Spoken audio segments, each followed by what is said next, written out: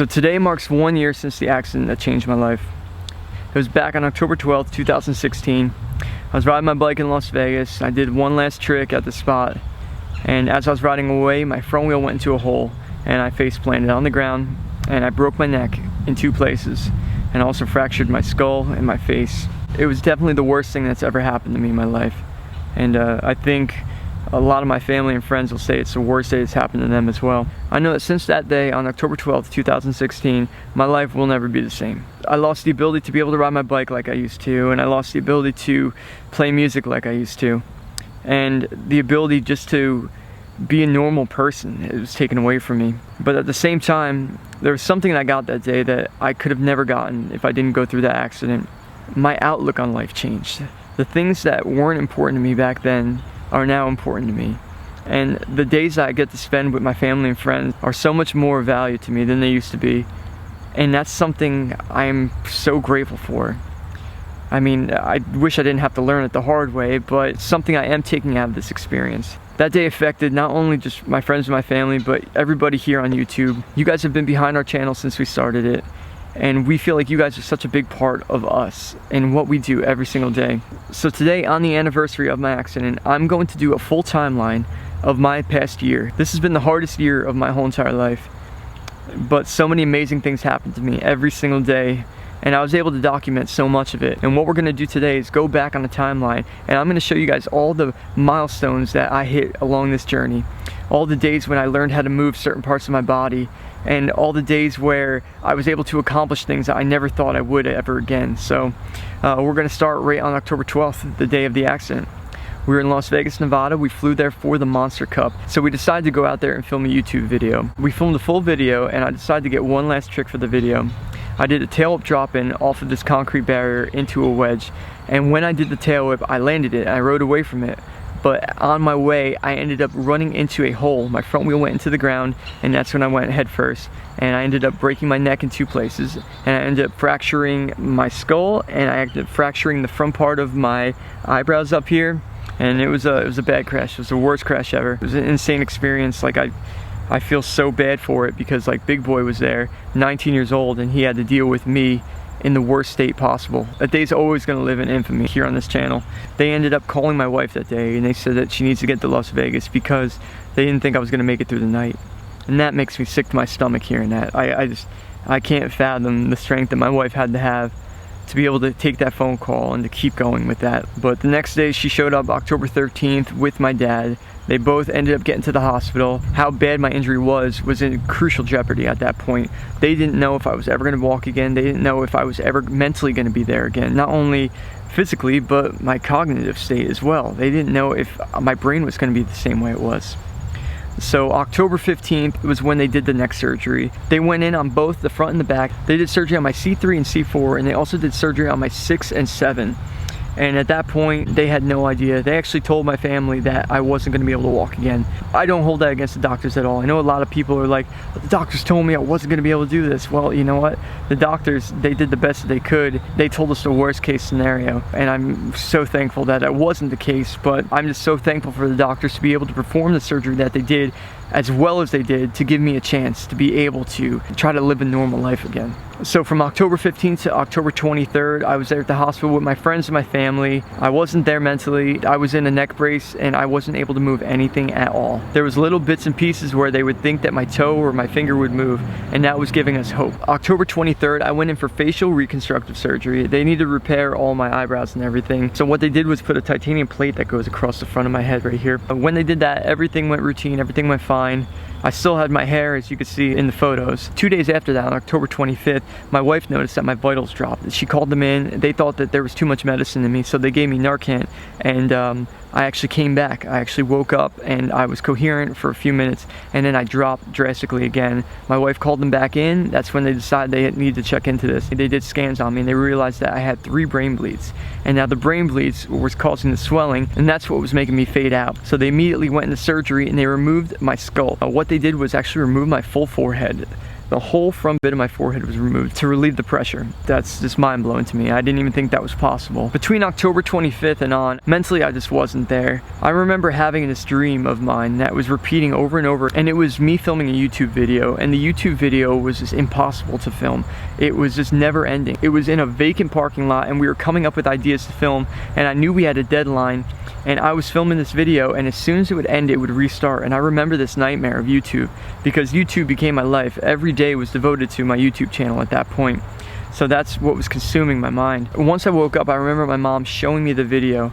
She actually had a video of me doing my YouTube outro right there as I was knocked unconscious. I wasn't saying anything at all except for replaying my YouTube outro in my sleep. I've been waiting to show everybody this footage, and I think the time's right, so here's the footage right here. Ever. Wheels don't on, so until next time, guys, remember to subscribe to the channel, and thanks for watching. Peace.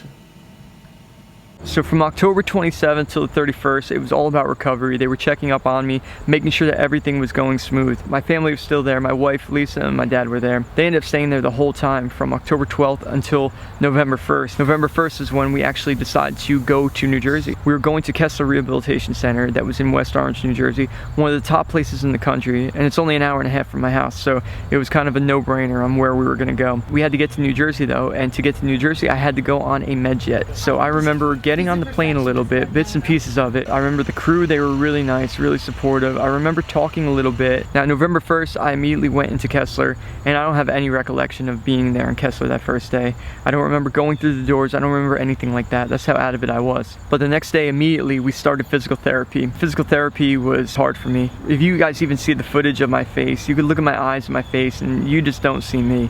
You don't see the same Scotty. That had to be so hard for my family to endure. They started moving my arms around, getting the motion of, and I couldn't move anything at the time. I was only able to move my left wrist. I was able to wiggle it back and forth the tiniest bit, and then I remember being able to move my left toe up and down, but that was the only body movement I had. I felt like a prisoner of your own body. That's how bad it was. November 3rd, I was going through speech class. They were doing cognitive tests on me to see where my brain was and seeing like if I was making progress. Here's a video right here. They were asking me simple questions, and I had to come up with answers for it. You could see little sparks of my personality come out, and my answers are just so delayed and so far back, and this video really shows me where I was and how far I've come. A sport that starts with the letter T is easy. This is a sport called T-ball. Yeah, that is easy. Good job. All right, ready? South Dakota burglar. Cities. What'd you say? Kid out of high school. Kid you went to high school with? Play T-ball? Did he beat you? I'm too tall for T-ball. Oh, fair enough. He's short. It's a short joke. And somehow I did crack a Corey Burglar joke in there about him being short and playing T-ball back in the day. So you could see little bits of my personality, but it's so insane to me to realize that's how bad I was. So November 7th is when I actually started to be able to smile again and feel like I was normal Scotty in a way.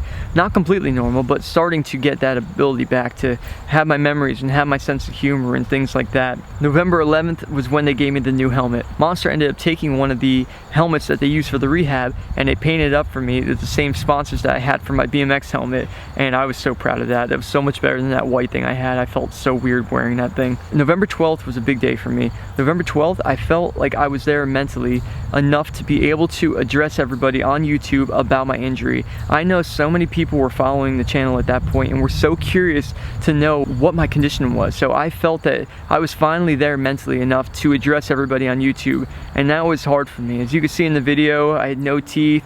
I couldn't move at all. It was hard for me to speak. I didn't have any power. Today's date, big boy. Today is November what? 12th?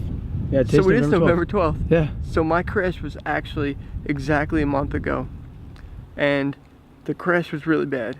The worst crash I've ever had in my life, actually. But I needed to let everybody know that was supporting the YouTube channel that I was okay and that everything was gonna be all right. It was also a big day because I was able to pick up my left arm for the first time. Lifting it, it felt like it weighed 10,000 pounds, but I was able to lift it up, and that was huge progress for myself and for my family to see. November 14th was when I got in the electric wheelchair. After I was able to move my left arm, they decided that they could put the control on the left and I'd be able to handle it. After a lot of trials on that, they decided I was safe enough to do it, and that was huge for me. To be able to be in the electric chair and to have a little bit of mobility gave me a slight bit of independence. I know it wasn't much, but it was still independence, so that was really big.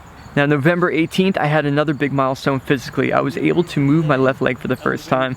I was able to push up and the leg actually came up. Moving my leg for me, like at that point, it's like having a TV that's off and pointing a remote at it and trying to get the channel to change. Like, it's just not gonna happen. You can't do it. I was trying so hard, trying to convince myself, pressing hard, trying to use my head, but nothing would connect. And that was extremely frustrating, really frustrating. But my right side, I had nothing. I could not move that at all. Now, November 23rd was another big day. That's the day I was able to move my right arm for the first time. I remember sitting there, laying down in the chair and just begging myself, just come on, move arm. And I remember sitting there, and when it came up for the first time, I was in complete shock. I thought that literally I was using like a telekinetic power to lift up my arm. It was insane, but I was so excited about this one. So November 28th was a big day. At this point, I was able to move my right leg as well. A little bit, not a lot. It was a big day because what they did was decide to put me up in a harness up on my feet to practice standing up. So I wasn't able to fall or anything, but I was able to try to start putting pressure on my legs, and that was a really cool accomplishment. And then shortly after, only on December 2nd, they actually picked me up out of the chair and held me, and I was able to stand up on my feet. My balance did not exist at all, but I was able to use the muscles in my legs to actually stand up on it. I was locking out my legs so my knees weren't bent at all, and that's when it started giving me some confidence and the ability to one day get back on my feet and walk again. 2 days later, on December 4th, was when my therapist teamed up, all three of them. They strapped me up onto this walker and they decided to help me move my feet. So I had somebody there for support. I had two people moving my legs. If you're in this condition and you don't try anything, you're never going to be able to learn it again. Even if they're moving it for you, as long as you can start visualizing that, that's going to start helping. So December 9th was when I got an amazing surprise. My wife and Big Boy actually decided to bring my dog Clarence to come visit me. Now Clarence, he loves me to death, this dog. He was in a bad state when I wasn't around for those 2 months, and my wife noticed it and she knew she had to do something about it. So Clarence became an emotional support dog and he came to visit me, and I was so excited to see Clarence. He was just so happy to see me. You could just see right away, it was like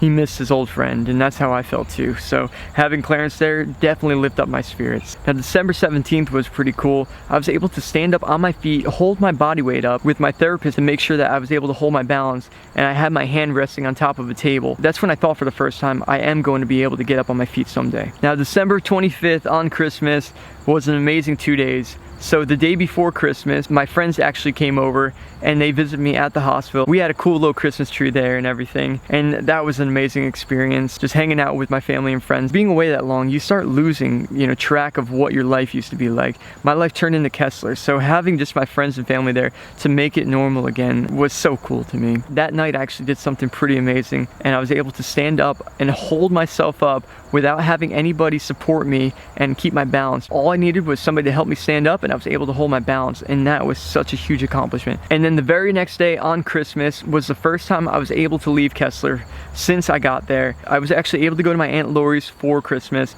I got to see my family. I got to feel normal again. I was sitting there eating food that wasn't at the rehab, and I was able to interact with my family and let them know that I was okay. I know it meant a lot to my family, especially my wife and my parents, to not be in Kessler and to actually have me outside. So at the new year, January 1st, this is when I started to be able to make a lot of progress in a short time. I was able to walk with the walker for the first time. I had somebody there behind me, but I was able to take steps. So 10 days later, on my birthday, January 11th, I was able to surprise everybody. They were there for a birthday party. I decided to walk on my own without the help of anybody. So I stood up, I held onto the walker. It was terrifying. I had no confidence with my steps, and I had barely any control, and I had to focus every little bit of movement to make sure that I had support, and make sure that my legs were actually gonna lock in. But everybody was so happy, everybody was so proud, and that was just such a cool moment. So January 24th, at this time I've been doing tons of walking on my own, and every single day at therapy, that's all they did was just test me over and over again, different forms of walking. They actually had me trying to use a cane for the first time, and I told them, I said, hey, I want to try something, because I had a goal set, and this was a huge part of it.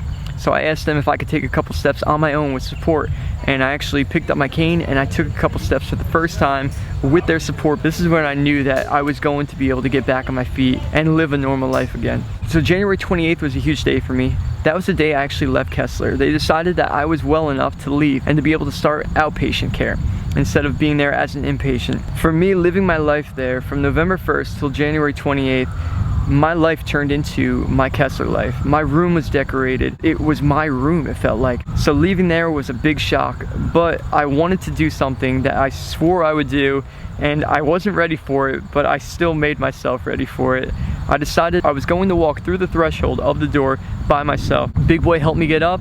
He was there for support just in case. He didn't touch me, and I was able to take steps out the door, and those were my first steps unattended, and that was just amazing. And I'm really proud of that moment. I got right back in the swing of things once I was home. I was going out to skate parks with my friends, filming YouTube videos. I had my helmet on, I was in my wheelchair, but it felt great. I loved it. February 12th was a great day. My sponsor, Hyper Bicycles, was in town, and we decided to actually sit on my Hyper for the first time since my accident. Sitting on that bike again, it felt like I've never touched a bike before in my life, but at the same time, I felt home again. I really did. And that really took me to the next step mentally to keep on going with this recovery. So February 14th, I had my last and final surgery. I was getting my forehead back. I know a lot of you guys, this sounds absolutely insane to you, but yes, I was missing my forehead. I had to wear the helmet ever since then, but they decided that it healed enough that it was time to put the forehead back in, and they actually put a plastic plate in there. It's not even my real forehead. It's a 3D printed piece of plastic that they actually have bolted in there now,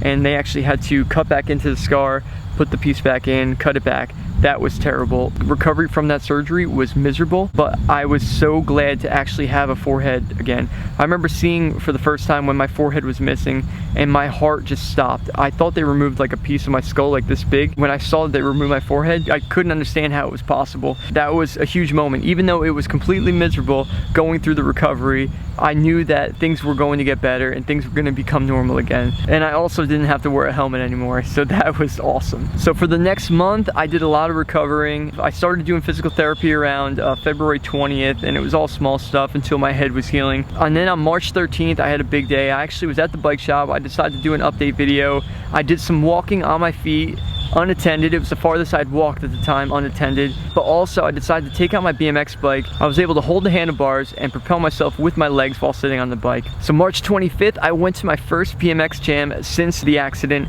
I went down to Florida to my sister's fiance, Trey Jones, who is a pro BMX rider. I went down to his jam called Swamp Fest. And now his jam was so much fun. There was people grinding across a lake. There was people jumping into the lake. There was people hitting the dirt jumps. We had a blast there, and it was so great to see everyone and let all my friends down in the Florida area know that I was okay and that things were getting better. So 5 days later on March 30th, I had a huge accomplishment. I actually decided to jump on an adult trike for the first time. It's a wide wheelbase, so I don't have to worry about balance, but I had enough strength to be able to hold myself up on the bike and to try to pedal at least. Getting on that thing was really hard because I couldn't feel my feet at all, but I was able to get it, and I was able to start getting momentum from it just to be behind handlebars again and to be able to pedal and to steer myself gave me such a freedom that I missed for so long. After working on my recovery for the beginning of April, I went to another jam. I went over to Brett Banastewicz's competition that he has at his skate park in Indiana called The Kitchen. Brett Mad Dog Banastewicz is a great friend of mine. Brett had a terrible injury just like mine, and that took him off his BMX bike and took him away from being the professional that he was. When Brett got hurt, he was at the top of his game. He just beat me 4 days before that in one of the biggest competitions of the year, but Brett had a terrible accident. He landed on his head and he was in a coma for 15 days. He had to relearn everything. And Brett being the amazing person he is, and Brett having the amazing family that he does, they actually decided to throw the event for me down at the kitchen. I experienced one of the best days of my life there. They were there and they raised money for me, and they treated me so well, and I'm so thankful for them. So if you guys are ever in Indiana, make sure you guys go stop by the Kitchen Skate Park and see my friend Brett Banastewicz's and say hi to him for me. So all through May, I worked my butt off, and May 19th, I had an amazing step forward in my progress. I decided it was time to get rid of the wheelchair. I called them up, I told them to come pick it up because I was renting it, and I was fully on my walker at this point, going everywhere. It was really hard, it was really taxing on my body. I just kept on working at it, and I started gaining muscle, and I started gaining confidence, and it started to become easy for me. To not be on wheels anymore, I was so thankful and so grateful to have the opportunity to heal enough to be able to be back up on my feet. Not even a month from not having my wheelchair, I decided to test myself and see how far I can go walking by myself without using anything assisted. I knew it was going to be a hard task, but I decided to go to a local high school track, and I decided to try to do a full lap. I had to focus every single step I made. My body just didn't want to do it at all anymore, but I did make it happen. The last straight felt like it was going to be impossible, but I pulled through and I made a full lap, and that was just huge accomplishment for me, and I posted that one up on YouTube for everyone to see too. So shortly after, on July 10th, I did another YouTube video, but this time I got my BMX bike out and I was able to ride it for the first time with my feet on the pedals. I wasn't able to pedal the bike, but I was able to put it on top of the pedals and keep my balance while rolling.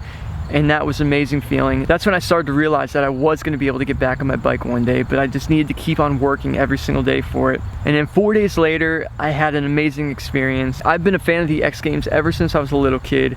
I remember going to the X Games in 2002 in Philadelphia. Then they moved it to Los Angeles, and I actually got invited to ride in it. That was my first X Games. I broke my nose there and I got 19th place, but I was so proud of it. And since then, I was able to get 9 medals at X Games, and I'm so proud of every single one of them. I was so happy when X Games invited me to come announce the BMX portion of the X Games. I was up there with Jimmy Coleman, and I got to experience the X Games from a different point of view that I never had before, and it was an amazing experience, and I loved every bit of it, and I hope I get to do it again. 10 days later, on July 24th, I actually went to an event that my friend Joe Doherty threw for me. It was at the Trumbull track in Connecticut. 1,000 people came out there to hang out with us. Everybody from the crew went up there. We had the ramp set up, we did a little show, we did all these challenges like the sidecar ride, and then we also had like a dirt jump competition too.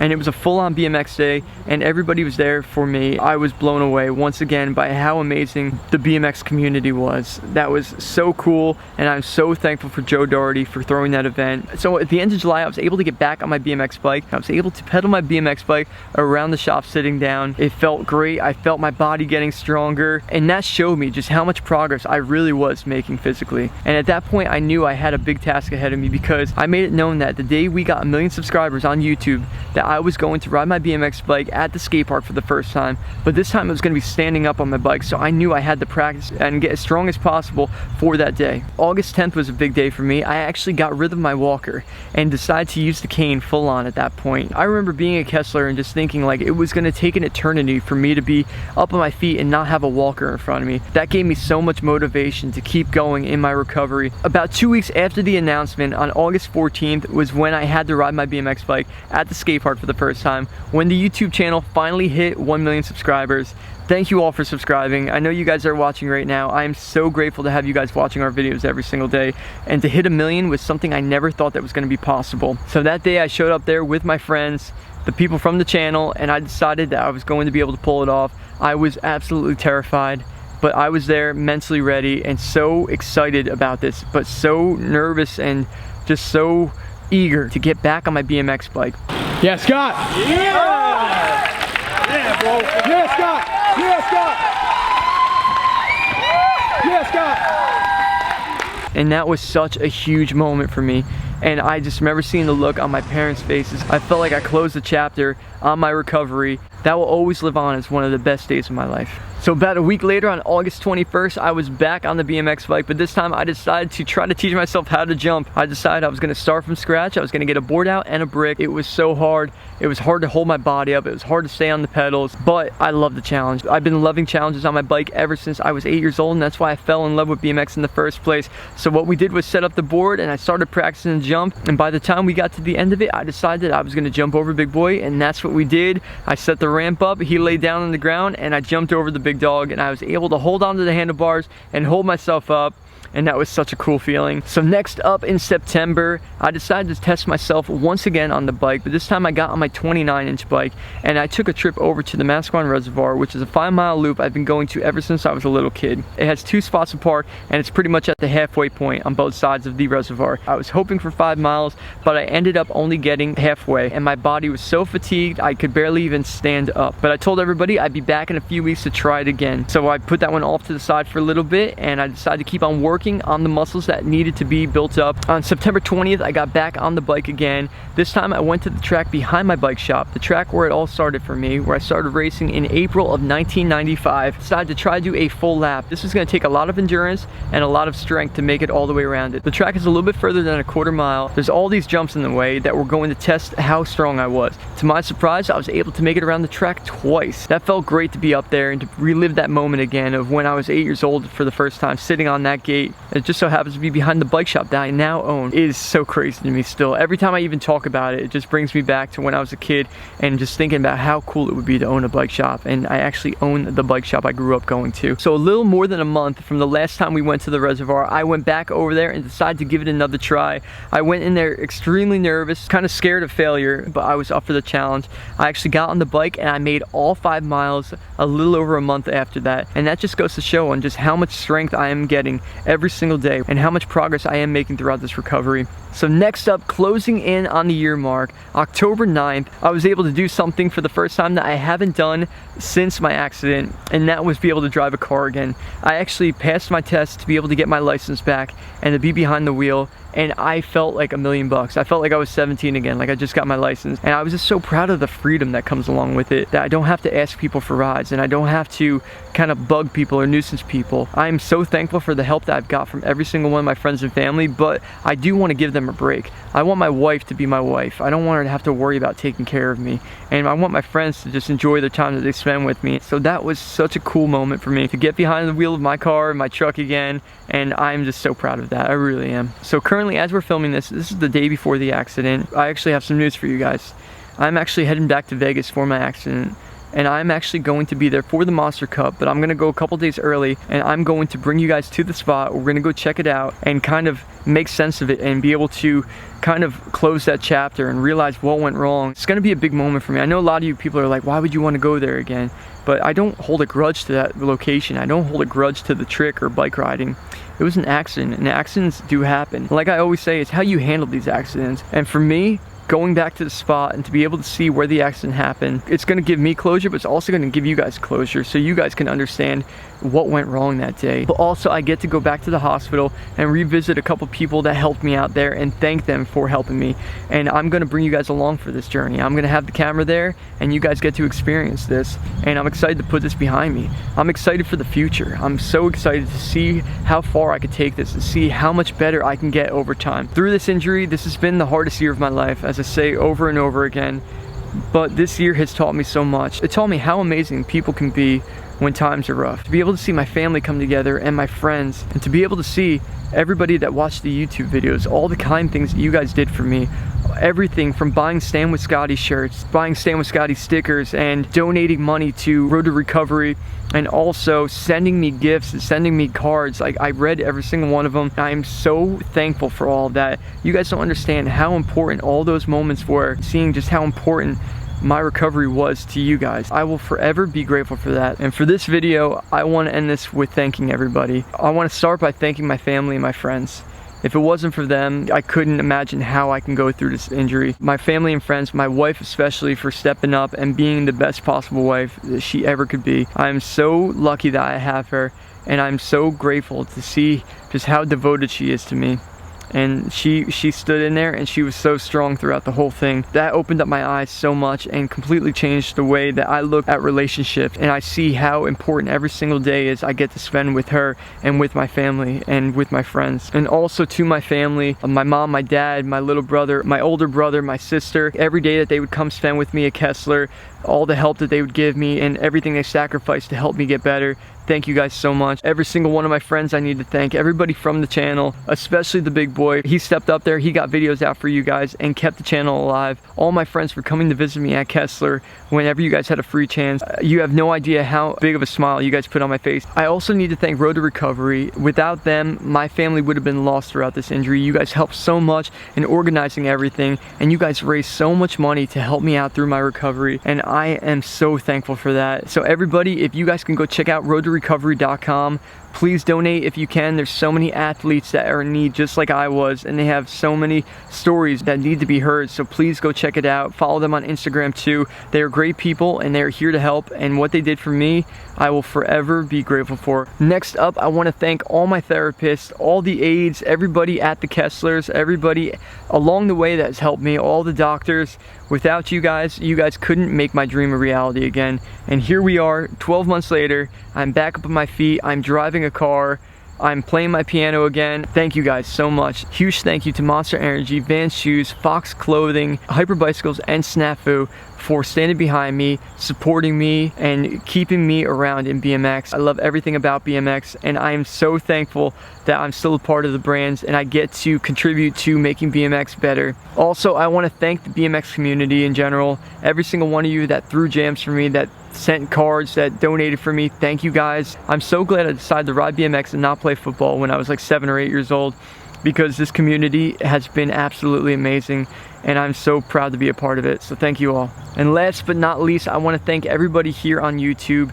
You guys have stood with us since the beginning. You guys have helped my recovery more than you guys will ever possibly know, and you guys put such a big smile on my face. Thank you guys so much. I hope you guys enjoyed this video. I know I enjoyed going back in time with you guys and seeing just how much progress I've made, and I'm so grateful to be here just like this in front of you guys. And we're gonna keep these videos coming for you. So that's gonna be it. Until next time, guys, remember to subscribe to the channel, and thanks for watching.